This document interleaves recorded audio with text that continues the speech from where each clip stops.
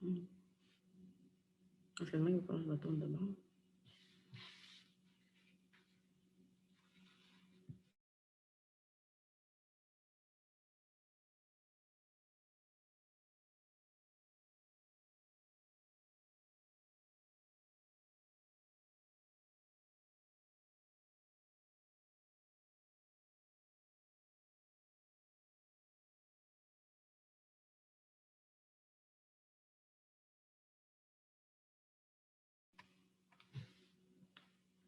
Bonjour!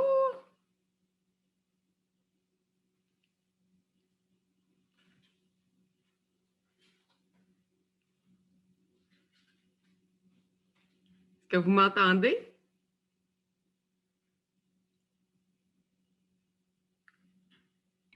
Oui, on vous entend. Super!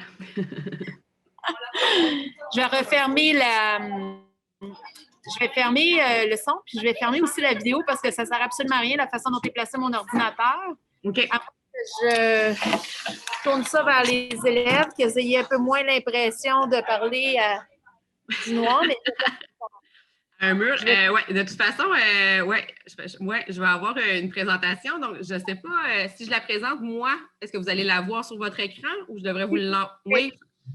Tout est installé, mais je peux fermer la caméra aussi. Ah, c'est comme vous préférez, ça ne me dérange pas. De toute façon, je risque de voir un peu plus la présentation. Ouais. Parfait. Alors, je ferme le micro, puis s'il y a quoi que ce soit, bien, vous me le dites. Parfait, merci. Merci.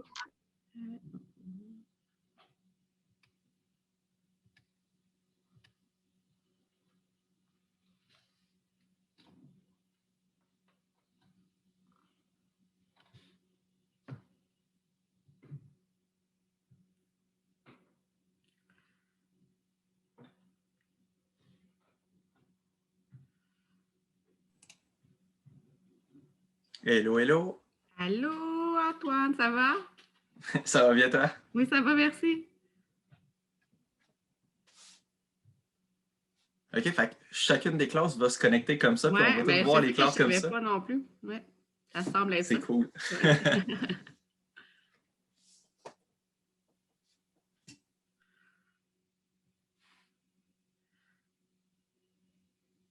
Myriam, je vois juste ton mur. Mes élèves ne veulent pas que je les montre. Ils ne veulent pas? Non. Toi, tu veux venir? Je ne suis pas super gênante, pourtant, tu leur diras.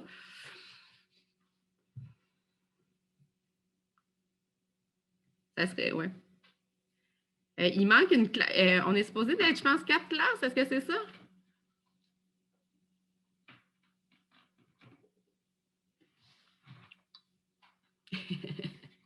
Bonjour!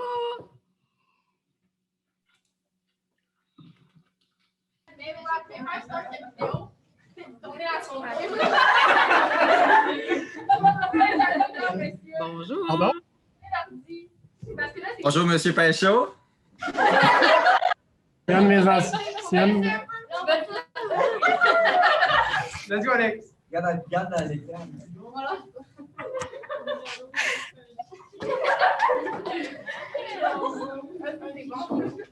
Est-ce qu'il devrait y avoir d'autres classes où vous êtes complet comme ça? C'est une très bonne question avant. Ou peut-être qu'il manque On va peut-être sur mute, peut-être. Ouais, on va se mettre sur mute.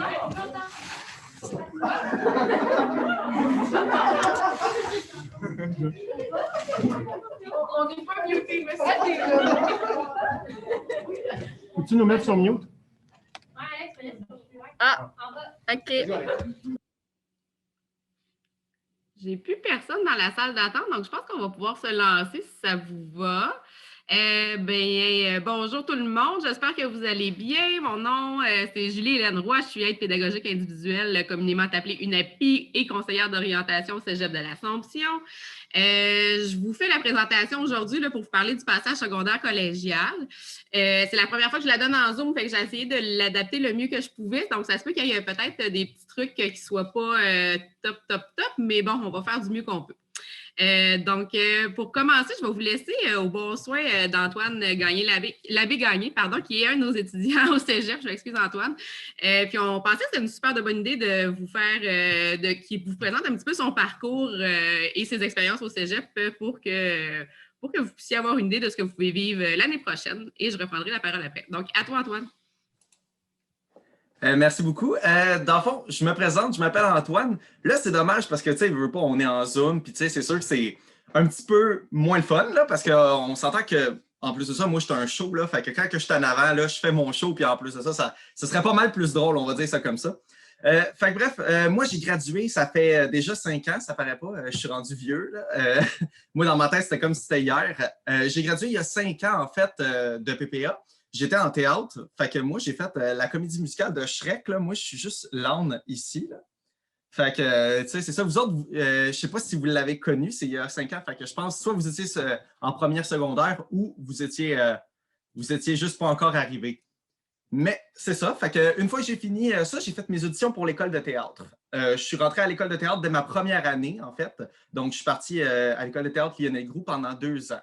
Après ça, il y a plein de péripéties qui sont arrivées dans ma vie qui a fait que finalement, j'ai changé de branche. Je suis venu au Cégep régional de la Naudière à l'Assomption en comptabilité-gestion. Là, tu vas me dire, c'est quoi le rapport entre la comptabilité et le théâtre? Écoute, il n'y en a pas. Il ne faut pas chercher trop loin, là.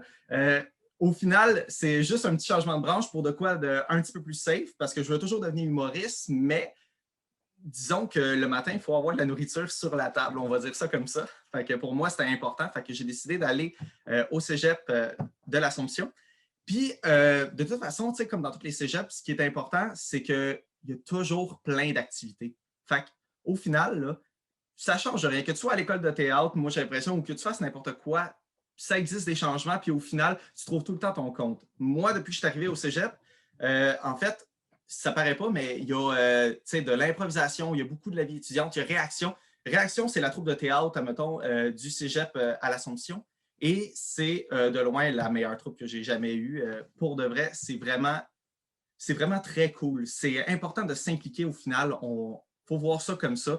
Parce que même si tu changes de branche puis tu sors en comptabilité, je veux dire, au final, on aime le théâtre encore, on aime faire du dessin, on aime, peu importe, on a toujours des passions qui nous suivent. Donc, c'est un truc qui est le fun, c'est que peu importe ce que tu fais dans la vie, il y a toujours un petit background que tu peux aller chercher, que ce soit au cégep de l'Assomption, que ce soit en impro intercollégial à l'extérieur, parce qu'il y a des ligues d'improvisation à l'extérieur de l'école ou sinon à l'intérieur de l'école. Fait que tu peux tout le temps faire ça. Si tu veux faire du dessin, c'est niaiseux, mais il y a tout le temps des possibilités pour vous autres. Fait en gros, moi, je vais vous donner 3 petits trucs pour passer du secondaire au cégep parce que ça paraît pas. C'est un petit peu plus difficile que le secondaire. Le secondaire, je me rappelle, disons que j'étais pas tout à fait à mon affaire et j'étais loin d'être l'élève modèle. Là. Monsieur Pinchot va vous le dire, là, j'étais le pire élève. Là. Mais en fait, ce qui est important, premièrement, c'est de s'investir, comme je vous ai dit, dans la vie étudiante. C'est important de voir les activités du cégep parce que ça vous permet de rencontrer des gens, de faire des connaissances. Je donne un exemple, là, moi, avec la gang de théâtre, depuis que je suis là, ça fait 3 ans que je suis dans la troupe de théâtre et à chaque année, c'est tout le temps, là, c'est sûr qu'avec la pandémie, ça ne marche pas, mais on est tout le temps en train de sortir à l'Ange Corny qui est à côté, souper en gang, des soupers de 20-30 personnes là, à jaser. C'est cool. On rencontre des gens, puis au final, c'est très, je pense que c'est très important de garder une sorte de chimie, en fait, avec les gens. Donc, moi, je pense que c'est le meilleur moyen de toujours s'investir dans la vie étudiante, de donner son meilleur.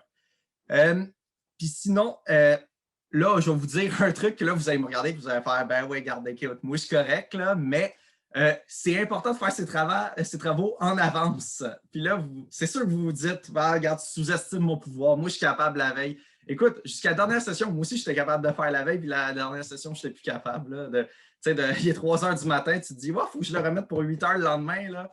C'est pas le fun. Fait que c'est très important, puis surtout, ça va vous faciliter la tâche de finir. Au moment où le professeur vous donne votre travail, faites-le tout de suite. Ça vaut la peine. Ensuite, là, quand vos amis vont dire, hey, on sort-tu? Là, tu vas dire, oui, je vais pouvoir sortir. Tu vas sortir, puis eux autres vont revenir à 2 heures du matin, puis ils vont dire, hey, c'est vrai, j'ai une 17 pour 8 heures le lendemain. Fait que là, eux autres, ils vont se mettre à travailler. Puis toi, tu as déjà fini. Fait que c'est un avantage, là, c'est fou. En même temps, je vais vous dire, je ne vous en voudrais pas si vous ne le faites pas, parce que même moi, ça m'a pris 5 ans d'année collégiale avant de le comprendre un peu. Fait que j'ai eu le temps de vieillir à quelque part là-dedans. Là, je vais vous donner aussi un petit truc pour... Là, on ne le sait pas, tu sais, veut pas avec la pandémie, on ne sait pas où est-ce que ça s'en va. Est-ce que ça va être en ligne? Est-ce que ça va être en présentiel? Seul l'avenir nous dira. On ose croire puis on croise les doigts pour que ça aille de mieux en mieux avec le vaccin. En tout cas, je l'espère. Dans le fond, si c'est en ligne, quelque chose qui va être très important, c'est votre autonomie. C'est quelque chose qui va être de plus en plus important à venir parce que vous allez rentrer dans un monde où est-ce que les profs ne sont pas toujours là pour vous dire « Hey, souviens-toi, il y a tout le temps ça, n'oubliez pas le prochain cours, il y a ça. » Ils vous donnent la remise, ils vous donnent les notes et c'est très important de rouler et de trouver une certaine autonomie là-dedans. Là, c'est sûr, tu sais, ça fait peur un petit peu comme ça, mais les profs sont là pour vous aider, puis ça, il ne faut pas l'oublier quand c'est en ligne. Au final, si vous avez une question ou un problème, tu sais, ça arrive des problèmes informatiques, là, puis même si vous êtes prêt à la dernière minute, les profs sont là pour vous aider, ils ne sont pas là pour vous faire couler. Là. Ça, c'est le plus important. Ils sont plus proches de vous que vous le pensez. Ça, c'est ce que j'aurais à dire au niveau des profs, parce qu'on fait toutes des erreurs, puis il faut faire attention pour pas... Il ne faut pas se mettre ces personnes-là à dos au final parce que ça ne sert à rien d'être méchant avec ces personnes-là. Ils sont là vraiment pour vous aider. Puis, ils vont tout le temps vous aider. Mon dernier point que je voudrais aborder avec vous autres, c'est, moi, écoute, ça m'a pris 2 ans avant de changer de branche. J'ai fait 2 ans à l'école de théâtre pour ensuite changer de branche. Puis devinez quoi? C'est correct. Au final, là, est-ce que c'est l'enfer? Ben non. Je veux dire, au final, là, je suis rentré au cégep au début, puis au contraire, vu que j'étais habitué au cégep, ben, ma cotère était très grande par rapport au reste de la classe. Fait que même, il y avait un avantage à changer de branche. Puis, il ne faut pas avoir peur de ça. Il faut se lancer dans le vide, comme on dit. Un saut en parachute, ça fait peur quand tu es dans l'avion, mais une fois que tu es en bas, tu te rends compte que c'était juste un bon moment. Fait que, n'ayez pas peur. Ça peut arriver une erreur, puis on peut changer. Moi, ça a pris, comme j'ai dit, ça a pris 2 ans avant de me rendre compte que, peut-être le théâtre, on va se tasser un petit peu, puis on va peut-être y revenir plus tard. C'est vous autres qui tracez votre chemin, puis rendu là, personne ne peut vous l'enlever, ça, au final. Fait que je pense que c'est le plus important. Est-ce qu'il y a des questions ou quoi que ce soit? S'il y a des questions, là, levez-vous, puis venez vers la caméra, puis parlez. Moi, je suis bien ouvert à ça. Parfait. On va prendre comme s'il n'y avait pas de questions. Fait que Julie, je vais te laisser. Merci Antoine, c'était super intéressant. Bonne journée. Merci d'avoir été là. Ah ben tout le monde! Bye bye! Je vais reprendre la parole. Donc, comme je vous disais, mon nom, c'est Julie Hélène, puis je vais vous parler du passage secondaire collégial. Donc, je vais présenter, normalement, je fais cette présentation dans votre école, là, en personne. J'espère que ça va être quand même intéressant. Là. J'ai essayé de rendre ça dynamisant. Et d'ailleurs, je crois que vous avez le droit à vos cellulaires en classe présentement. Est-ce que je me trompe? Peut-être oui, non? Oui, parce que j'aurais un caout à aller, puis je sais que vous connaissez ça. Donc, je vais vous mettre ma présentation. Vous allez pouvoir aller chercher le petit film, puis quand j'aurai des questions à vous poser, je vous le dirai à ce moment-là, si ça vous va. Donc, je vais faire un partage d'écran. Donnez-moi une petite minute. Je suis plus habituée avec Teams qu'avec Zoom.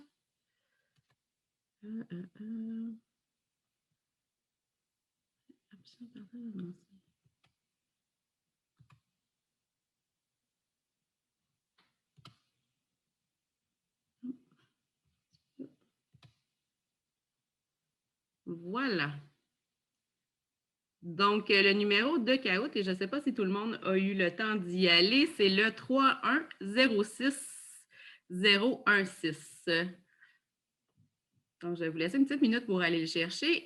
Pendant que vous allez entrer le numéro du caout, ce que j'aimerais vous dire aujourd'hui, donc comme je vous le disais, là, Julie Hélène, aide pédagogique, conseillère d'orientation. Donc, la présentation, oui, je travaille au cégep de l'Assomption, là, mais même si vous venez pas au cégep de l'Assomption l'année prochaine, les informations que je vais vous donner aujourd'hui s'appliquent à tous les cégeps, là, peu importe que vous allez au cégep de Gaspé ou au cégep de l'Abitibi-Témiscamingue ou de Montréal, là, c'est vraiment des informations générales sur comment fonctionne le cégep et c'est sensiblement la même chose un petit peu partout.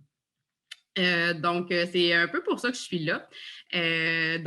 Pour vous donner l'information générale, pour faciliter votre transition secondaire collégiale. Et donc, allons-y. J'espère que tout le monde a eu le temps de rentrer le numéro du CAOUT. Je le répète une dernière fois, 3106016. N'hésitez pas non plus, je le sais que ce n'est pas évident parce que vous êtes en classe, mais si jamais quelqu'un a une question, je demanderais à un des enseignants peut-être de venir prendre le micro et de me le dire. Là, ça ne me dérange pas du tout d'arrêter ma présentation pour répondre à vos questions. Ça va même me faire plaisir de le faire, puis ça va rendre encore la présentation plus dynamique. Voilà. Donc, d'après vous, je vais commencer ça avec une petite question. Est-ce que vous croyez que les étudiants en première session réussissent bien au collégial? Donc, comme je vous vois par classe, là, à main levée, est-ce que vous pensez, ceux qui pensent que oui, les étudiants en première session réussissent bien, je vous demanderais de lever la main, s'il vous plaît. Ceux qui pensent que non, les étudiants ne réussissent pas bien au collégial en première session. Quand même quelques-uns, hein? À titre informatif, le nombre de cours échoués à notre cégep à l'automne 2019, on a eu 1294 cours échoués. Là-dessus, j'ai eu 560 étudiants qui se sont retrouvés en situation d'échec. Parmi ces 560 étudiants-là, il y en avait 411 qui étaient à leur première session d'études collégiales. Ça veut dire ça qu'il y a environ 73 % des étudiants qui sont en situation d'échec, que c'est à leur première session d'études collégiales. Le pourquoi je suis là aujourd'hui, en fait, c'est pour vous éviter de vous retrouver dans ces 411 personnes-là. Donc, je veux éviter que vous veniez me voir pour me dire « Ah, je suis en situation d'échec et tout ça ». Et donc, c'est des petits trucs qui vont vous permettre peut-être de ne pas vous retrouver là-dedans. Les personnes qui se sont retrouvées en situation d'échec, là, Antoine l'a bien dit, là, oui, il va falloir changer votre façon de faire parce que si vous ne la changez pas, ça ne fonctionnera pas. Mais après une première session d'études, habituellement, les étudiants s'habituent et ça va quand même bien, mais ils doivent vivre avec les échecs qu'ils ont eu à la première session. Donc, le plan de la présentation aujourd'hui, les sujets qu'on va aborder ensemble, bien, en premier, je vais vous parler un petit peu de ce qu'on a mis comme mesure par rapport à la pandémie au cégep. Je sais que ça inquiète certains d'entre vous. On espère qu'effectivement, la session prochaine, là, tout va être revenu dans un état normal, mais vous le savez comme moi, c'est pas mal au jour le jour la pandémie. Donc, pour vous rassurer, je vais quand même vous en parler. Je vais vous présenter aussi les différences entre les études secondaires et collégiales. Je vais vous faire répondre à des questions sur le cégep, à savoir si vos connaissances, ce que vous savez sur le cégep, c'est vraiment adapté. Les différents diplômes qu'on retrouve au cégep, vers quoi ils peuvent mener, la structure des études collégiales. Ensuite, on va parler aussi de l'adaptation collégiale, puis la gestion du temps. Puis, je vais aussi vous parler des services adaptés pour les troubles d'apprentissage qui sont disponibles. J'espère que ça vous va. Donc, en premier lieu, adaptation à la pandémie, ce que je voulais simplement vous dire, c'est vous présenter un petit peu les mesures qui ont été mises en place, probablement comme dans vos écoles secondaires, sauf que vous avez quand même un petit peu de présentiel. Nous, présentement, la majeure partie de nos étudiants sont à distance, mais malgré ça, les enseignants ont revu leur contenu et ont adapté leur mode d'enseignement pour de l'enseignement à distance, de même que leur mode d'évaluation, et ça se passe quand même très bien. Il y a des disponibilités supplémentaires que les enseignants se sont données là, pour répondre à vos questions et être davantage présents. Laboratoire, salle de classe aussi, ça a été adapté pour respecter la distanciation sociale. Toutes les mesures ont été mises. Les activités de la vie étudiante ont été développées pour que ça soit réalisé à distance. Donc, ils continuent d'avoir une belle vie étudiante au cégep malgré tout. Puis, les intervenants sont disponibles tant au cheminement scolaire, là, les aides pédagogiques, les conseillers en orientation, que les travailleurs sociaux, éducateurs spécialisés, orthopédagogues, là, sont tous disponibles en vidéoconférence ou en présence selon le besoin des étudiants. Et là, je vous demanderai de répondre à mes premières questions sur le CAOUT. Je vais aller voir, est-ce que tout le monde est entré? Oui, good. Donc, ma première question, je vais juste tasser ça. Ça va faire la première question. D'ailleurs, pour ceux qui vont répondre à mon CAOUT, j'ai oublié de vous dire, on a des paquets cadeaux. Donc, 3 paquets cadeaux avec des choses du cégep. Là, je crois qu'il y a une belle bouteille en stainless d'eau avec 2-3 choses là, comme ça. Et je les remettrai. Tiens, Myriam, je vais te mettre ça comme j'irai les porter chez vous en fin de semaine. Tu pourras répartir aux 3 personnes qui ont gagné le CAOUT si tu veux bien la semaine prochaine. Là, je te remercie. Donc, première question. Passage secondaire collégial. Et voilà, il faut juste que je tasse ça. Donc, vrai ou faux? Le téléphone cellulaire est interdit dans les classes au cégep. Je m'excuse. On voit pas le caout. Vous le voyez pas? Non.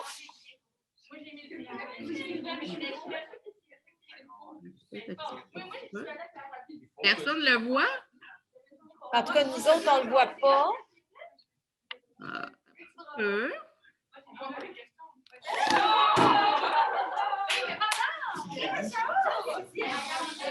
Oh, c'est vrai. Il n'y a personne qui le Vous voit? le voyez pas, vous le voyez pas, vous le voyez pas. Ah, c'est que vous voyez, ils ne voient pas les questions à l'écran. Ah, OK. Bien, si je les dis, est-ce que ça fonctionne?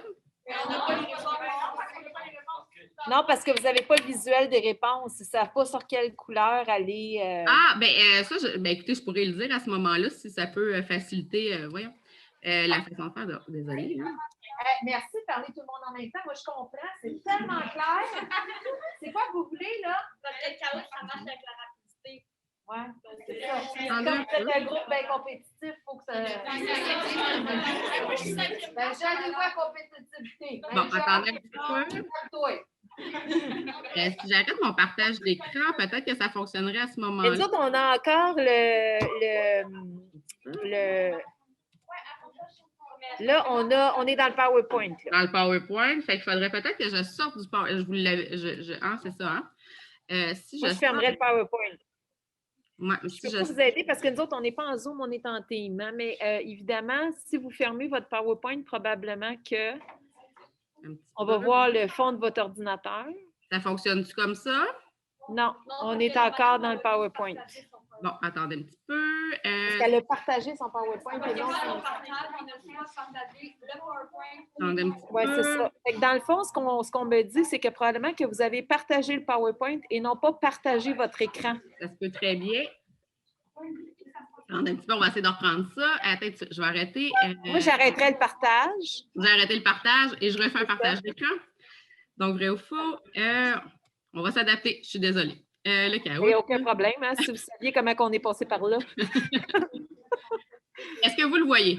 Oui! Donc, est-ce que le cellulaire est interdit en classe au cégep? Donc, c'est faux. Il n'est pas interdit le cellulaire en classe. Là, c'est un peu pour ça que je voulais dire. C'est à vous-même de le gérer. Par contre, je dois vous dire que j'ai souvent un enseignant qui a déjà fait cette présentation-là avec moi, puis il y a peut-être des enseignants que c'est un irritant majeur, par exemple. Donc, il y en a certains qui vont peut-être vous le demander de le laisser en dehors. Il y en a d'autres que ça ne les dérange pas du tout, même qu'ils l'utilisent. Donc, ce n'est pas interdit de base, mais il faut s'adapter un petit peu à ce que l'enseignant veut. Deuxième question. La première personne est Coralie, deuxième personne Karina et Maï, je ne sais pas trop comment dire, je m'excuse, Lauriane B et Maïka, voilà. Deuxième question, vrai ou faux? Au cégep, la présence en classe est-elle obligatoire? Oui ou non? Vous avez 20 secondes pour y répondre.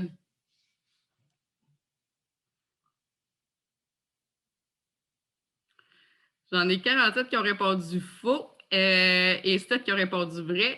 Et je dois dire qu'effectivement, au cégep, la présence n'est pas obligatoire.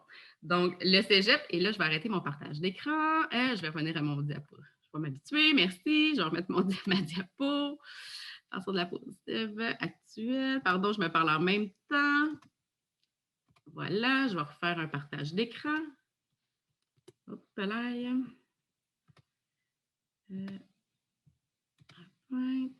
Partager. Voilà.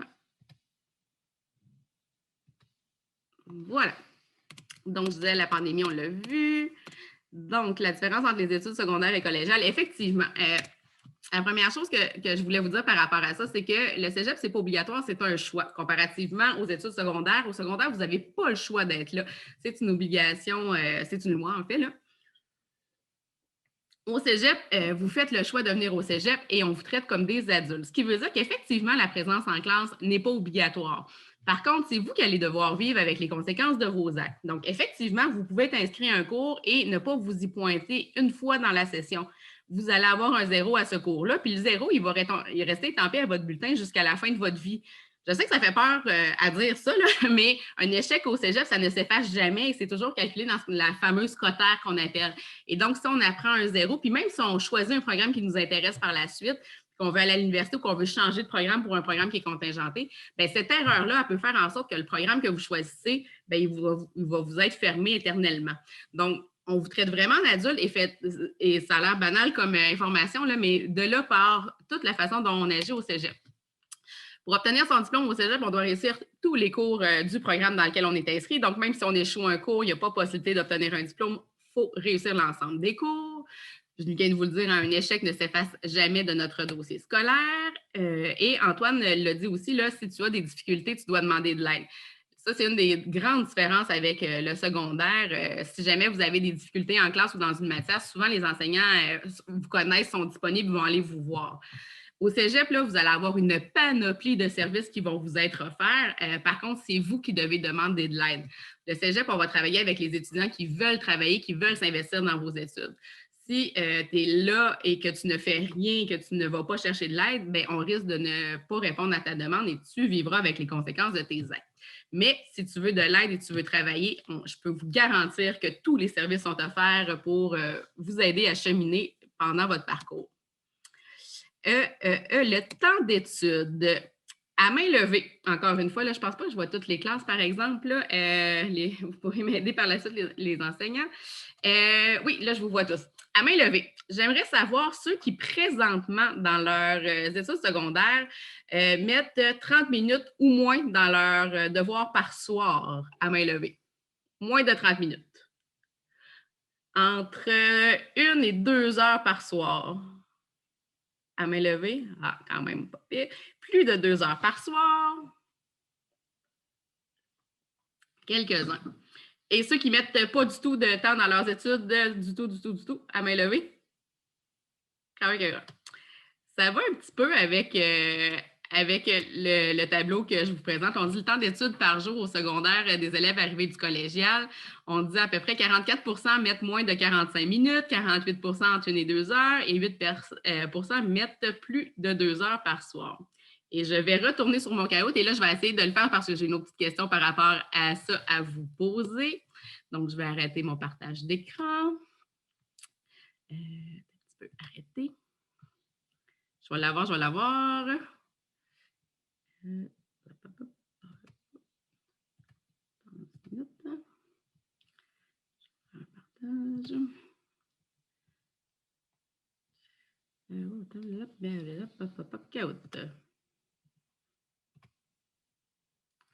Et voilà. Donc, ma question cette fois-ci est, on a encore le tableau des scores. Oups, ça vient de changer de position à suivre. Donc, le temps que je vais devoir consacrer à mes études le soir au collégial, si je veux bien réussir, est de moins de 30 minutes en rouge, entre 1 et 2 heures en bleu, plus de 2 heures en jaune, tous mes soirs de fin de semaine, tous mes soirs et mes fins de semaine.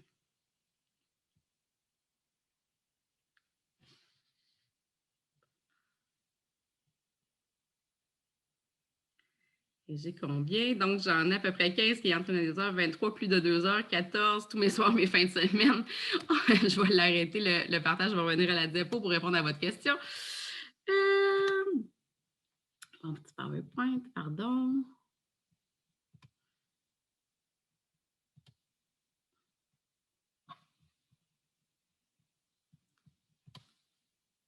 Yep, voyons. Donc, selon le niveau de... En fait, comme je l'ai marqué, là, il y avait quand même 3 bonnes réponses dans ce que j'ai donné. Là. Vous n'aurez pas tous vos soirs et tous vos fins de semaine à mettre dans vos études, là, soyez rassurés. Vous allez quand même avoir du temps libre. Par contre, ça va dépendre des journées, ça va dépendre des semaines, ça va dépendre du début ou de la fin de la session. Donc, effectivement, il y a peut-être des soirées où vous allez être un petit peu plus libre. Par contre, c'est sûr qu'il faut en faire un petit peu pratiquement tous les jours ou à chaque semaine si vous ne voulez pas rapidement vous sentir surchargé. Donc, pardon. Donc, c'est sûr qu'au secondaire, présentement, là, si vous saviez le nombre d'étudiants que j'ai dans mon bureau qui me disent « Oui, mais moi, Julie, tu sais, quand j'étais au secondaire, je n'étudiais pas en tout, puis je réussissais super bien, puis il n'y avait pas de problème. » Bien, c'est un peu normal parce que présentement, au secondaire, là, la quantité de matière que vous voyez en classe est à peu près de 80 % alors que la matière que vous avez à apprendre seule pour bien réussir vos cours, on dit que c'est à peu près un 20 %. Donc, pour ceux qui ont quand même de la facilité, c'est sûr qu'il y a un moyen de s'en sortir quand même assez facilement au secondaire puisque vous voyez 80 % de la matière en classe et si vous ne faites rien, bien, vous avez quand même une bonne base pour réussir le cours et les cours. Au cégep, c'est un petit peu différent. Là, on tombe à peu près à 60 de la matière qui va être vue en classe pour un 40 qui va être vue à l'extérieur de la classe. Et c'est ici que je veux vous dire que si vous ne changez pas votre façon de faire et que vous n'êtes pas habitué à travailler les soirs, bien, ça ne fonctionnera pas. Pour cette raison-là, donc, c'est qu'il y a moins de matière qui est vue en classe. Effectivement, vous avez des journées qui sont moins complètes. Vous allez avoir des journées avec des trous à l'horaire et tout ça. Mais vous allez avoir plus de travail à faire seul, de lecture à faire, de travaux d'équipe, vous va en avoir encore plus. Et vous devez mettre du temps personnel dans vos travaux si vous voulez bien réussir. Puis à titre informatif, bien, c'est juste qu'à l'université, bien, c'est encore pire. Là, il y a à peu près 15 heures de cours par semaine. Et là, il faut vraiment faire la majorité des travaux à l'extérieur, sinon on ne réussit pas. Voilà. Donc, est-ce que le cégep, c'est vraiment plus difficile? Puis ce que j'ai le goût de vous le dire là-dessus, c'est que les études collégiales ne sont pas plus difficiles que les études secondaires. C'est la façon d'enseigner puis la façon d'étudier qui est différente. Puis ça, je n'ai pas le choix de vous le dire aussi, là, que dans mon bureau, là, je pense que je n'ai jamais vu un étudiant qui est venu me rencontrer à cause qu'il y avait eu des échecs, qui m'a dit « Ah, écoute, Julie, moi, là, je suis allée à tous mes cours. J'avais de la difficulté dans cette matière-là, mais je suis allée me chercher un tuteur. J'ai appelé mon enseignant pour lui poser des questions, puis j'ai échoué mon cours. » Je vous dis, je n'ai jamais vu ça. Ça ne m'est jamais arrivé. Quand un étudiant échoue un ou des cours, là, ce qu'ils vont me dire, c'est « Ah, la matière ne m'intéressait pas, je ne suis pas dans le bon programme, j'ai arrêté d'aller au cours, je ne suis pas allée voir mon enseignant, je n'ai pas posé de questions. » La motivation a baissé. La motivation, quand elle baisse, habituellement, c'est parce qu'on n'est pas dans le bon programme d'études, on a moins d'intérêt. C'est ce qui fait en sorte qu'on n'a plus le goût d'aller à nos cours et qu'on se désinvestit de nos études. Donc, est-ce que vous allez devoir fournir un effort supplémentaire? La réponse, c'est oui. C'est sûr et certain. Mais ça ne devrait pas être si souffrant que ça, dans le sens que vous choisissez le domaine d'études dans lequel vous allez. Et donc, vous devriez choisir quelque chose qui vous intéresse pour avoir du plaisir à étudier. C'est plus obligatoire, comme je le disais tantôt. Mais si vous êtes prêt à travailler et à aller chercher de l'aide, vous allez les réussir vos cours, ça ne fait pas de doute. Mais si vous arrêtez de vous investir, c'est là que ça risque de devenir un peu plus difficile. Vérifions vos connaissances. Et donc, j'ai encore un caout à vous, à vous faire pour voir comment, si vos connaissances sont bonnes sur le cégep ou pas.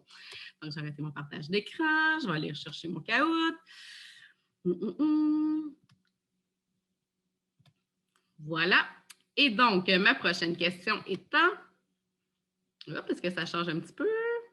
Voilà. Prochaine question, on tombe dans les vrais ou faux. Le programme de sciences de la nature permet d'accéder à tous les programmes universitaires. Vrai ou faux?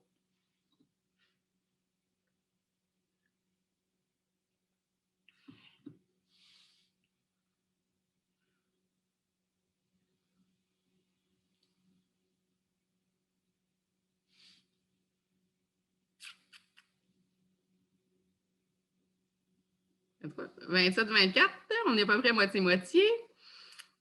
Donc, faux à suivre. Ma prochaine question, on est toujours dans les connaissances. Vrai ou faux?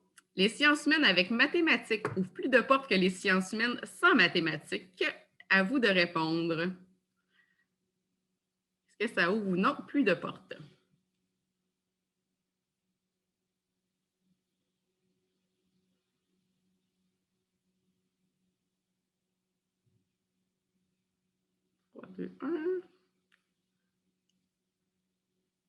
La réponse est en faux. Et je vais vous l'expliquer un petit peu plus tard.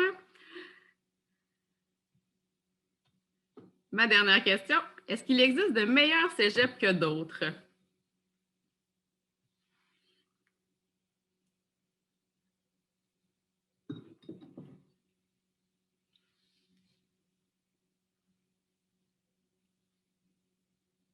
Faux. La majorité ont eu la bonne réponse. Donc, pour répondre à ces questions-là,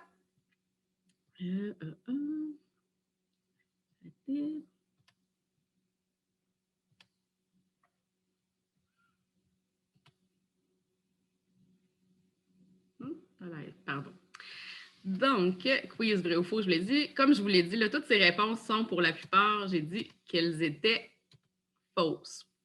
En fait, sciences de la nature, Puis c'est un peu pour ça que je voulais vous le dire. Puis même chose pour sciences humaines avec mathématiques, parce que c'est souvent des choses que j'entends dans mon bureau. C'est souvent des choix que les étudiants vont faire alors qu'ils sont mal informés sur les portes que ça ouvre, ces programmes-là à l'université. Hein. J'ai parlé tantôt brièvement de la cotère. Là. Si j'ai le temps, je vais pouvoir vous en parler un petit peu plus à la fin de ma présentation. Un DEC préuniversitaire, que ce soit en sciences de la nature, que ce soit en sciences humaines avec ou sans maths, en arts et lettres, en musique ou en arts plastiques ou même dans les techniques, nous permettent d'accéder au programme en lien avec la matière qu'on étudie. Hein? Donc, si on s'en va en sciences de la nature, habituellement, c'est parce qu'on a beaucoup d'intérêt pour la chimie au secondaire, la physique, les mathématiques, puis on se dirige vers une carrière soit en santé à l'université ou une carrière dans les sciences pures et appliquées ou l'informatique à l'université parce qu'on a de la facilité dans ces matières-là, puis on a un intérêt pour travailler dans ces domaines-là aussi. En sciences humaines, bien, on dit habituellement c'est de la relation d'aide, l'enseignement, les sciences sociales et même l'administration, la gestion des ressources humaines quand on va dans ce programme-là. Sciences humaines avec mathématiques. La seule différence que ça va apporter sciences humaines avec mathématiques, c'est qu'il y a certaines universités qui vont demander d'avoir les cours de mathématiques qui sont inclus dans le programme sciences humaines avec mathématiques pour rentrer en administration à l'université. Mais ce n'est même pas toutes les universités qui vont le demander. Donc, il va y avoir l'architecture et l'administration qui demandent les mathématiques pour entrer dans ces programmes-là. Et il n'y a pas aucun autre programme universitaire, l'enseignement des maths aussi, excusez, j'ai oublié de vous le dire, il n'y a pas aucun autre programme universitaire que ceux qui sont indiqués là qui vont demander les mathématiques dans le profil sciences humaines avec mathématiques. Et donc, si vous êtes fort en mathématiques et que vous adorez les mathématiques, allez-y en sciences humaines, profil maths, là, en administration. C'est sûr que vous allez avoir du plaisir. Mais si vous n'êtes pas fort en mathématiques, puis que vous allez dans ce programme-là juste parce que vous avez entendu dire que c'était meilleur et que ça ouvrait plus de portes, ça ne fonctionnera pas. Vous allez baisser votre cotère si vous n'êtes pas fort en mathématiques. Et c'est la cotère qui va faire en sorte que vous allez être accepté dans un programme universitaire et non le programme que vous avez suivi si ce ne sont pas des préalables pour rentrer dans ce programme-là. Là, je sais que je dis beaucoup de choses, je vais essayer de vous démêler avec ça, là, mais c'est vraiment les résultats que vous allez avoir. Donc, choisissez un programme qui est en lien avec vos intérêts. C'est ça qui va faire que vous allez avoir des bonnes notes. Puis, basez pas votre décision sur ben oui, mais il paraît que c'est meilleur. C'est pas vrai et je vais essayer de vous le démontrer le plus concrètement possible, un petit peu plus loin. Ici, je vous ai montré, je pense que ça date de 2018, cette grille-là, là, elle n'est pas à jour, là, mais c'est les quotaires pour entrer dans certains programmes universitaires qui sont contingentés. Donc, vous voyez quand même, par exemple, pour la criminologie, ça demande une cotère de 29,2. En droit, une cotère de 30,9. On voit, je vous ai marqué les principaux, l'enseignement 24, médecine 33,6. Donc, c'est les cotères, et même que c'est rendu plus élevé aujourd'hui, les cotères pour ces programmes-là. Là. Mais ça vous donne une idée des notes qu'il faut atteindre pour rentrer dans ces programmes-là. Puis, à titre indicatif, quand je vous parlais que sciences de la nature versus sciences humaines, là, par exemple, quelqu'un qui veut rentrer en droit à l'université. Donc, quand on l'a vu à l'autre page, je pense que si je reviens en arrière, là, on le voit, là, la cote pour rentrer en droit est de 30,9. Donc, le dernier admis cette année-là qui a appliqué en droit, ils ont accepté, la dernière personne avait les 30,9 de cotère. Et donc, on a ici un étudiant, là, puis c'est des vrais étudiants que je vous ai mis, là, des portraits d'étudiants qu'on a eu au cégep. Un étudiant en sciences de la nature qui a une cotère de 27,0, alors qu'un étudiant en sciences humaines qui a cumulé une cotère de 31,7. Le programme de droit à l'université n'a pas de préalable spécifique, donc que tu aies fait sciences de la nature ou sciences humaines ou arts plastiques, si tu as la cotère pour rentrer dans ce programme-là, tu vas pouvoir rentrer dans ce programme-là. Et même si les cours de sciences de la nature sont réputés pour être plus difficiles, bien, l'admission dans le programme, on ne regarde pas le programme dans lequel tu étudies, on regarde juste ta cotère. Fait que là, malheureusement, cette étudiante-là, depuis tout le temps, elle savait qu'elle voulait aller en droit, mais elle a choisi sciences de la nature parce que dans sa conception, c'était mieux pour elle. Et malheureusement, elle n'a pas atteint la cotère pour pouvoir entrer. Donc, elle ne pourra pas accéder en droit, même si elle a étudié en sciences de la nature. Mais celle qui a étudié en sciences humaines, par exemple, oui, elle va pouvoir rentrer. C'est là que je vous dis qu'il faut faire un petit peu attention en pensant qu'un programme ouvre toutes les portes. Il y a certains programmes en santé puis en génie qui vont demander des préalables, effectivement, là, en chimie, en biologie ou en mathématiques et sont inclus dans le programme de sciences de la nature. Mais les autres programmes, comme le droit, qui sont la criminologie, je ne sais plus, là, qui sont reliés aux sciences humaines, ne demandent pas ces préalables-là et donc ils ne regarderont pas le programme dans lequel vous avez étudié. La différence entre un DEC préuniversitaire et un DEC technique, c'est aussi, ça a l'air bien basique comme information, mais c'est des choses que j'entends dans mon bureau, donc je trouve important de vous les dire quand même. Là. Un DEC préuniversitaire, c'est une durée de 2 ans. Donc, ça prépare aux études universitaires. Donc, si vous n'avez pas l'intention d'aller à l'université, ça ne donne pas grand-chose de faire un préuniversitaire parce que vous n'obtiendrez pas de diplôme pour travailler sur le marché du travail. Pardon, un DEC technique, celui-là, il est une année de plus, donc c'est 3 ans, mais il permet autant d'aller sur le marché du travail que d'aller à l'université. Ce qui veut dire que si vous êtes quelqu'un de plus concret, qui a plus d'intérêt pour les cours directement, qui ont besoin de savoir à quoi ça va lui servir ce qu'il va étudier, bien, en technique, souvent, là, on va apprendre des choses qui sont beaucoup plus concrètes. Donc, si vous pensez pouvoir aller chercher votre motivation scolaire de cette façon-là, bien, c'est peut-être plus intéressant d'aller faire une technique, même si vous voulez aller à l'université par la suite, que d'aller dans un pré-U parce que vous risquez d'avoir plus d'intérêt pour faire vos cours. Donc, c'est un petit peu ça. Mais si vous décidez de ne pas aller à l'université, bien, votre diplôme, il vaut quelque chose, puis vous pouvez intégrer le marché du travail après 3 ans aussi. Et là, je vous ai mis quelques exemples de DEC techniques vers l'université parce que j'ai beaucoup d'étudiants quand même qui vont faire des techniques au lieu des pré-U pour aller à l'université. Par exemple, là, j'ai souvent l'exemple de filles ou de garçons, tu sais, que les sciences que je dis pures et dures, là, les sciences de la nature, la physique, la chimie, la bio, l'étudier comme ça, ne sont pas trop motivés envers... Ils aiment ça, mais ils ont besoin de concret. Eux autres, c'est les laboratoires qui les intéressaient plus, c'est de comprendre comment les choses fonctionnent. Bien, pour quelqu'un comme ça, c'est peut-être beaucoup plus intéressant d'aller faire la technique en génie mécanique qui va en prendre des choses, puis après ça, aller en génie à l'université. Hein? On n'est pas obligé de faire les sciences de la nature pour aller en génie. Là. Une technique dans le domaine peut aussi faire l'affaire que d'aller faire les sciences pour lesquelles on n'a pas le mode d'enseignement nous correspond peut-être un petit peu moins. Même chose là, pour plein de programmes, on peut faire une technique qui n'est même pas en lien direct avec le programme universitaire si on décide d'y aller puis être accepté. J'ai une étudiante dernièrement qui a fait une technique de design intérieur puis qui a finalement décidé d'aller en administration à l'université. Ça peut être possible. Donc, la psychologie, même chose. Là, des fois, même en faisant les cours qui sont préalables pour l'université, on a juste à les faire à l'été puis on peut l'accéder. Enseignement, j'ai quelqu'un qui a fait une technique de comptabilité de gestion puis qui est allé en enseignement préscolaire primaire par la suite. Là.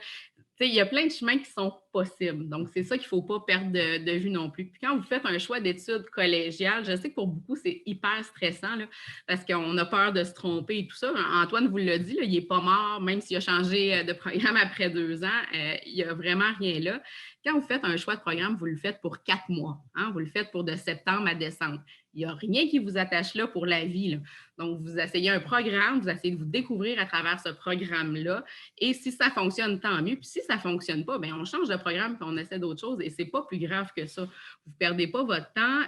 Si vous n'accumulez pas d'échecs, ce n'est pas perdu. Les cours vont vous être reconnus, surtout si c'est les cours de formation générale. On va le voir un petit peu plus loin. Donc, la structure des études au collégial, je viens de l'aborder brièvement. On a la formation générale et la formation spécifique. Et là-dessus, je pense que c'est mon dernier caout, donc je vais vous laisser tranquille après avec ça.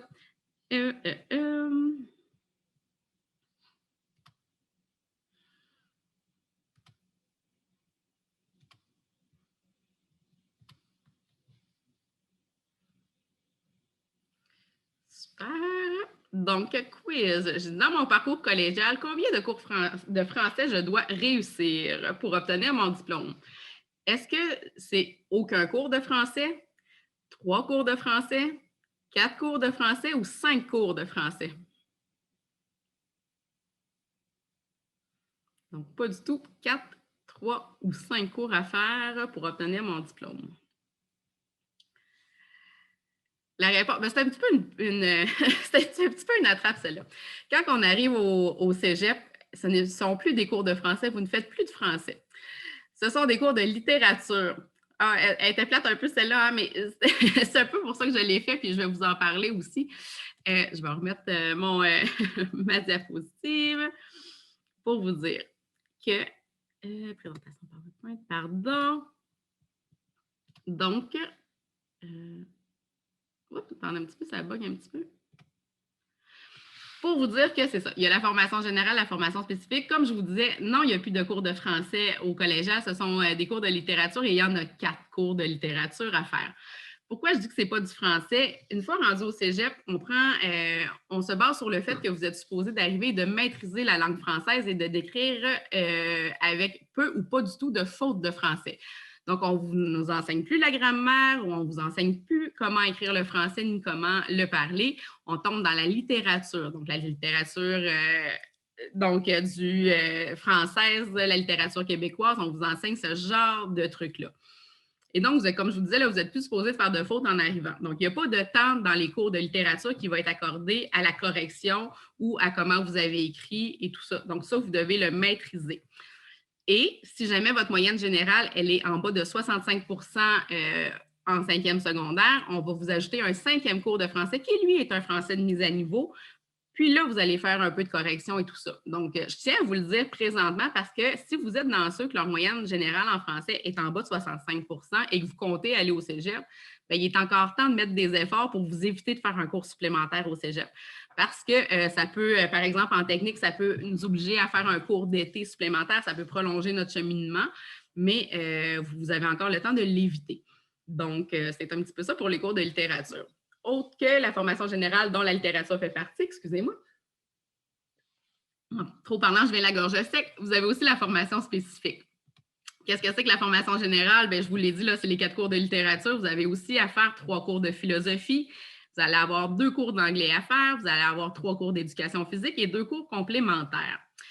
Donc ça, c'est l'ensemble de ce qu'on appelle la formation générale qui est présente autant dans les préuniversitaires que les programmes techniques.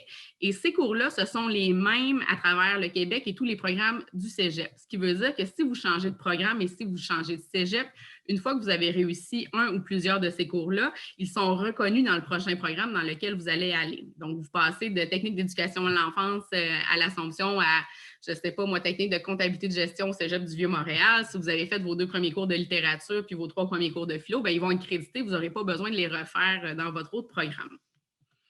Quand on parle de la formation spécifique, bien, c'est les cours qui sont spécifiquement rattachés au programme d'études dans lequel on est. Donc, en sciences humaines, on parle des cours de psychologie, de sociologie, d'histoire, de sciences politiques, en sciences de la nature, la chimie, la physique, la bio, les maths, en technique de comptabilité de gestion, finance, marketing. Donc, c'est vraiment les cours qui sont attitrés, qui sont en lien direct avec ce qu'on veut étudier. Donc, on est supposé d'avoir de l'intérêt pour ces cours-là.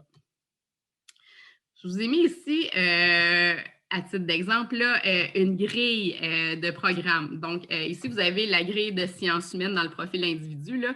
Donc, vous avez la session d'automne à gauche, la session d'hiver à droite. La ligne en haut, c'est la première année. En 2, c'est la 2e année, en fait, pour vous montrer un petit peu le nombre de cours que vous aurez à faire par session. Donc, on dit qu'on a à peu près 7 cours par session dans un préuniversitaire. Dans les techniques, ça peut aller jusqu'à 9 cours par session.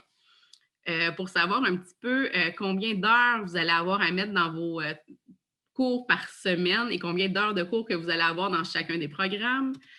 Je vous le montre ici. Là, vous avez les cours théoriques, vous avez les cours laboratoires avec les chiffres qui sont là. Ici, c'est pour sciences de la nature, par exemple.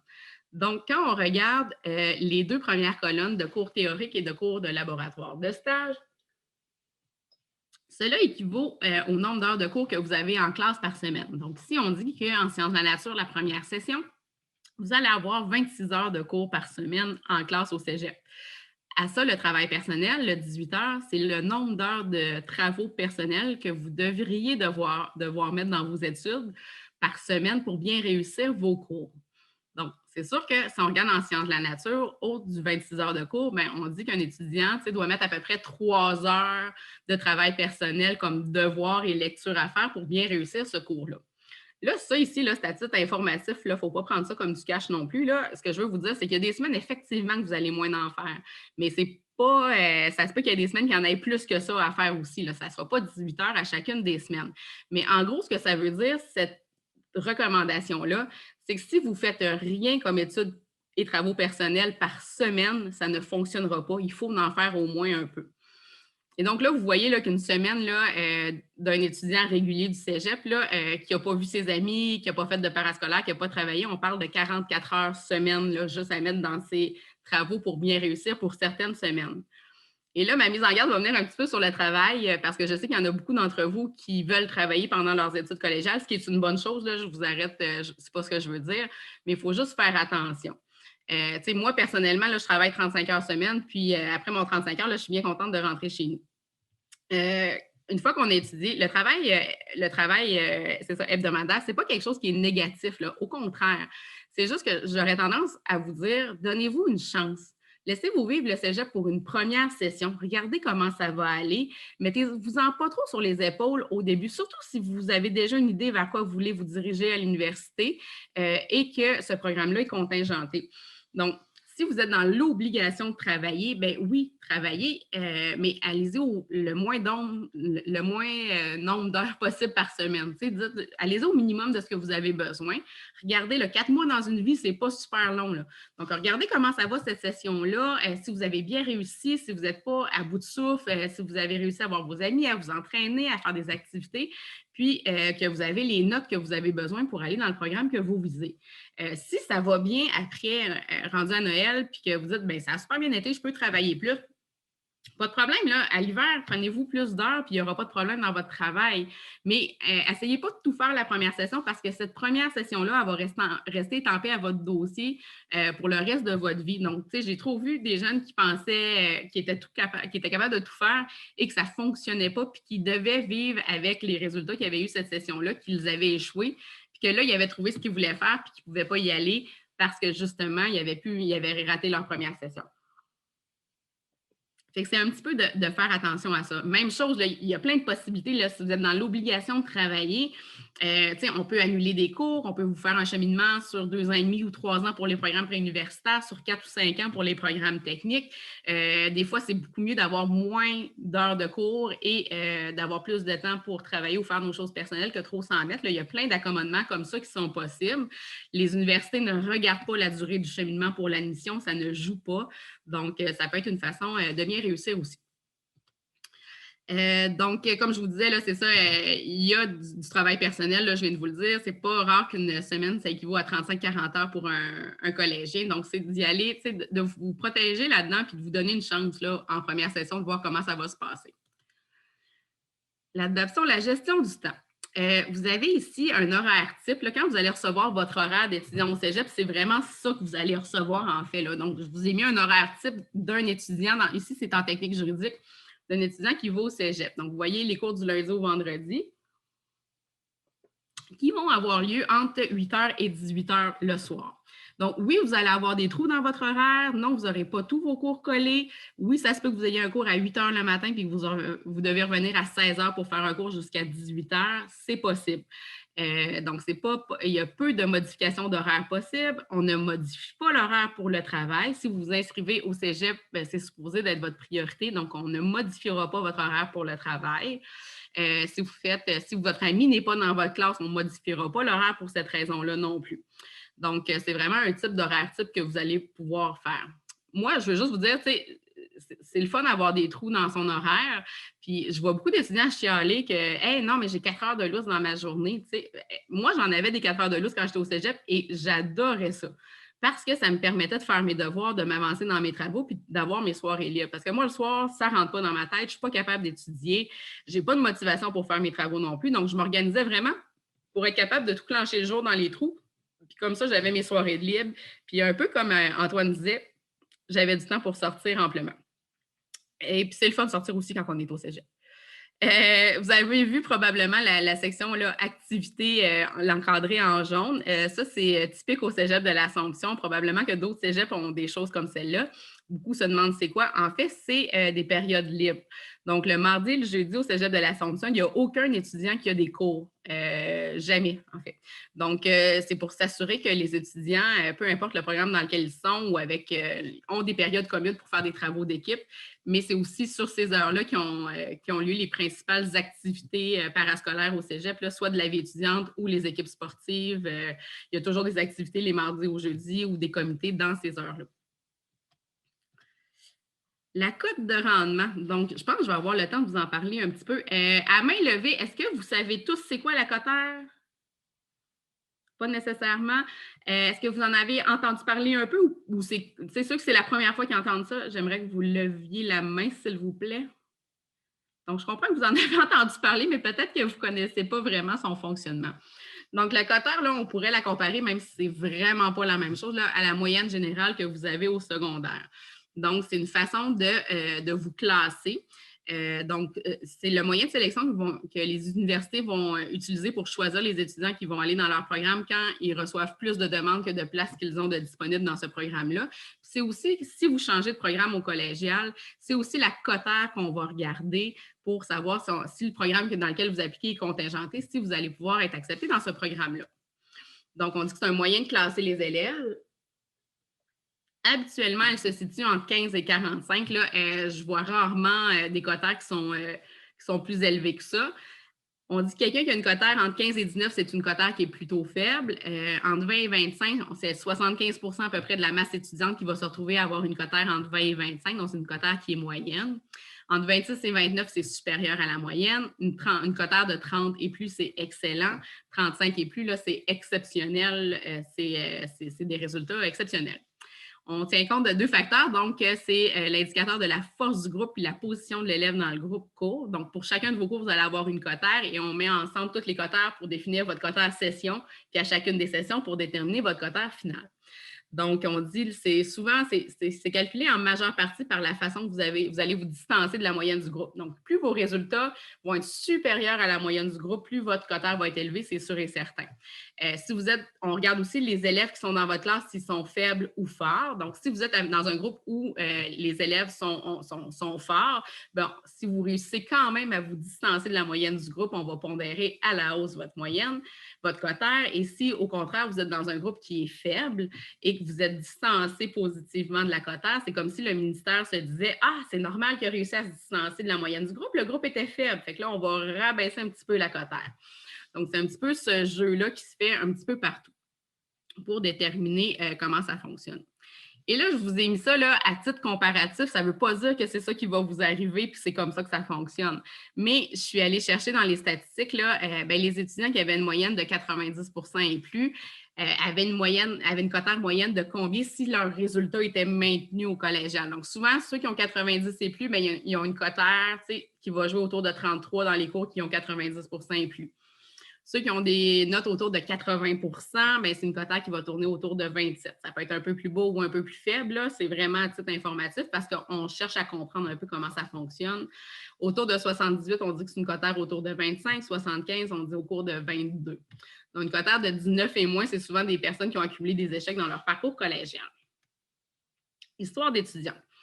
Et là, c'est là-dessus que je veux...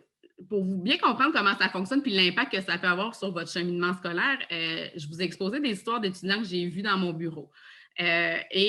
Pour voir quel impact ça pouvait avoir quand vous suivez des cours en première session au cégep, comment ça pouvait jouer sur votre futur. Donc, si je vous donne l'histoire de Jacob que j'ai vue, ça fait 3 ans, je crois. C'est pas son vrai nom, on s'entend. Donc, Jacob avait une moyenne générale au secondaire de 84 %. Donc, c'est une moyenne qui est quand même assez élevée. Il s'est inscrit en sciences de la nature car il voulait étudier en optométrie à l'université. Mais il a changé d'avis, il s'est rendu compte que les sciences de la nature, ce n'était pas fait pour lui. Il a fait une démarche en orientation et s'est rendu compte qu'il voulait aller en technique de radiodiagnostic au cégep d'Unstick. La technique en radiodiagnostic, c'est quand même une technique qui est contingentée. Hein? Donc, il faut quand même maintenir de bons résultats scolaires. Fait que si on regarde les résultats qu'il a eus, notre cher Jacob, dans sa première session collégiale et la cotère qu'il a eue pour chacun de ces cours-là, on voit qu'en maths, en chimie puis en physique, il y a eu des échecs. Hein? Fait qu'il y a eu un écart de moins 27 par rapport à la moyenne du groupe. Pour ce cours-là, il y a eu une cotère de 17,4. En chimie, il y a eu une cotère de 15,7 parce qu'il y avait 28 points sous la moyenne. 18 points sous la moyenne, on est à 18,9. Puis, dans les cours de français, philo et anglais, on voit ici qu'il était au-dessus de la moyenne et donc sa cotère était un peu plus élevée. Ce qui a fait en sorte que sa cote de rendement obtenue après une première session, hein, parce qu'il y a certains cours qui valent un petit peu plus que d'autres, a été de 24,4. Est-ce que vous pensez qu'il a été accepté, oui ou non, en radiodiagnostic au cégep Unstick? Ceux qui pensent que oui, j'aimerais ça que vous leviez la main. Tu le vois? Ceux qui pensent que non. Pas mal tout le monde, hein? Heureusement, je vous dirais que Jacob, lui, il a été accepté quand il a fait sa demande d'admission parce qu'après une première session, on regarde aussi un peu les notes du secondaire. Donc, il a pu s'accrocher un petit peu, même si sa première session comptait dans son admission collégiale, ses notes du secondaire comptaient aussi encore un petit peu. Donc, le dernier admis en radiodiagnostic en provenance collégiale avait une cotère autour de 24-25 quand j'avais appelé la dame. Fait que Jacob, il avait pris une chance puis il avait fait sa demande d'admission. Et heureusement, il a pu être accepté, mais il était borderline, là. Mon deuxième étudiant. Je dis, Gabriel avait une moyenne générale au secondaire de 77 %. Il était inscrit au cheminement Tremplin Deck à l'automne 2015 car il voulait augmenter ses résultats pour entrer en technique policière. Donc, regardez ce qui est arrivé à notre cher Gabriel. Donc, Gabriel s'est vraiment forcé dans sa première session d'études collégiales et regardez la cotère qu'il y a eu pour chacun de ses cours, là, que ce soit en français, en anglais, en philo. Il y avait pratiquement 15 points au-dessus de la moyenne toujours. Et donc, il a fini sa première session avec une cotère pour la session de 31,7. Est-ce qu'il a été accepté en technique policière? Ceux qui pensent que oui, levez la main. Il a effectivement été accepté. Donc, lui, ça a été une belle fin d'histoire parce qu'il a décidé de tout donner pour augmenter sa moyenne parce que lors de sa première demande d'admission, il avait été refusé. Prochaine étudiante. J'ai dit Camille s'est inscrite en technique d'éducation à l'enfance à l'automne 2014. Elle avait une moyenne générale au secondaire de 74 %. Malheureusement, elle a réalisé qu'elle n'aimait pas vraiment le programme. Elle a cessé d'aller à ses cours, mais n'est pas venue annuler ses cours avant le 19 septembre, qui est la date limite d'annulation des cours. Elle a arrêté d'y aller, elle n'a pas avisé personne. Elle a finalement venu nous voir, puis elle a décidé d'aller en technique d'hygiène dentaire au cégep de Terrebonne. Et ça, c'est une histoire vraie. Elle a fini sa session avec une cotère de 8 parce qu'elle a eu des zéros partout dans ses cours. Et là, c'est bien de valeur pour Camille, mais elle a trouvé ce qu'elle voulait faire dans la vie. Puis, tu sais, ça, c'est des situations, je vous dirais, qui sont vraiment plates à vivre, là, autant que pour l'étudiant que pour moi-même et mes collègues. Là. Elle ne sera pas acceptée. Elle a été refusée en technique d'hygiène dentaire, puis elle ne pourra pas y aller. Tu sais, c'est sûr qu'il y a d'autres choses qui vont être possibles. On va faire une démarche en orientation, elle va peut-être pouvoir faire un DEP comme assistante dentaire. Sa vie ne finit pas là. Mais c'est juste plate parce que si elle avait pris à cœur sa session d'études, bien, puis qu'elle l'avait annulée avant la date limite, simplement ça, là, ou qu'elle avait donné un petit coup, bien, elle aurait peut-être pu rentrer en hygiène dentaire. C'est un petit peu comme ça. Oups, je suis rendue déjà au service adapté. C'est un petit peu comme ça que ça marche la cotère. Ces histoires-là, je vous les présente parce qu'il y a de belles histoires, puis il y a des histoires qui sont un petit peu plus plates. Mais c'est pour vous dire qu'une fois rendu au cégep, la première session, elle est quand même importante. Puis, elle peut avoir une incidence sur votre avenir. Donc, soyez juste prudent avec les décisions que vous prenez. Si vous n'êtes pas sûr de vous, venez voir un aide pédagogique. On est responsable de votre cheminement scolaire. Les API, là, vous allez vite nous rencontrer. C'est nous qui vont vous admettre aussi au cégep. Là, on suit votre cheminement. Venez voir au service de l'organisation. Venez nous en parler. On va vous donner les possibilités qui s'offrent à vous avant que vous fassiez des gaffes comme celle-là qui vont avoir une incidence sur votre futur. Service adapté, je le sais qu'il y en a plusieurs qui ont des diagnostics au secondaire. On en a beaucoup qui ont des diagnostics aussi au cégep. Donc, ne vous inquiétez pas, on a les services du SAID qui sont disponibles. Donc, par contre, le transfert de vos dossiers ne se fait pas automatiquement entre le secondaire et le cégep. Vous êtes responsable d'amener votre dossier au cégep et de prendre rendez-vous avec la conseillère en service adapté. Donc, vous avez le formulaire disponible sur le site Internet. Vous devez avoir un diagnostic réalisé par un professionnel de la santé. Si vous avez seulement qu'un plan d'intervention, mais que le diagnostic n'est pas fait par un spécialiste de la santé, vous n'aurez pas le droit à vos services. Vous avez le droit à un suivi individualisé, autant avec la conseillère en service adapté qu'une éducatrice spécialisée. Vous avez aussi les services d'un orthopédagogue. Vous avez le droit à du temps supplémentaire, du soutien à la correction, les logiciels, les WorkQ, Antidote, tout ce que vous avez de soutien, ce que vous avez au secondaire. Là, si vous en faites les démarches au cégep, vous allez aussi les avoir. En gros, c'est ça ma présentation. Donc, j'espère que je vous ai bien, j'espère que ça vous a un peu intéressé. Puis, je vous laisserai la parole là, pour, si vous avez des questions, je suis disponible pour y répondre.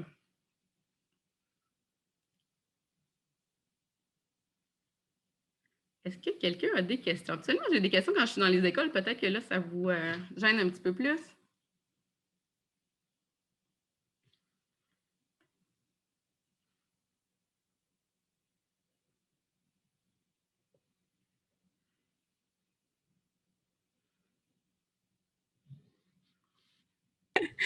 OK, dans le fond, moi et notre classe, on voulait vous remercier vraiment parce que c'était vraiment détaillé puis il n'y a personne qui a des questions. Non, bien merci, c'est super gentil, ça m'a fait plaisir. N'hésitez pas si il y a des questions, on est là. Merci.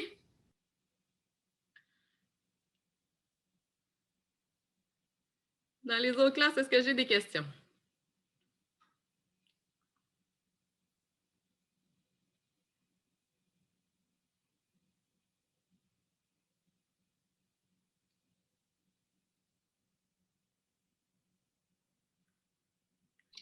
Oui, madame. Oui! Moi, je me demandais pour le caout, on faisait quoi?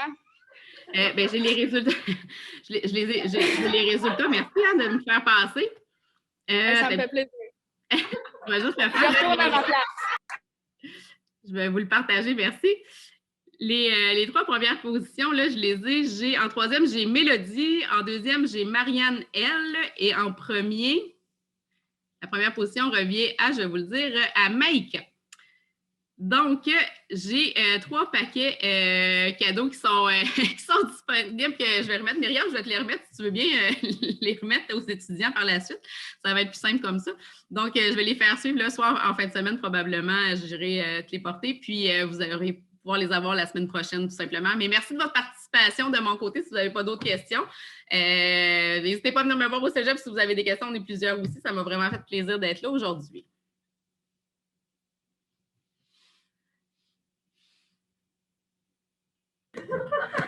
Allô, Julie? Salut!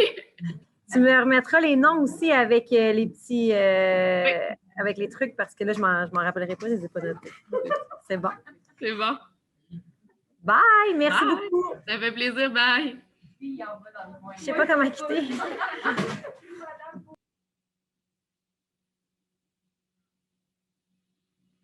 C'est bon. Il n'y a personne qui a des questions, ça va? Merci à vous. Bonne journée.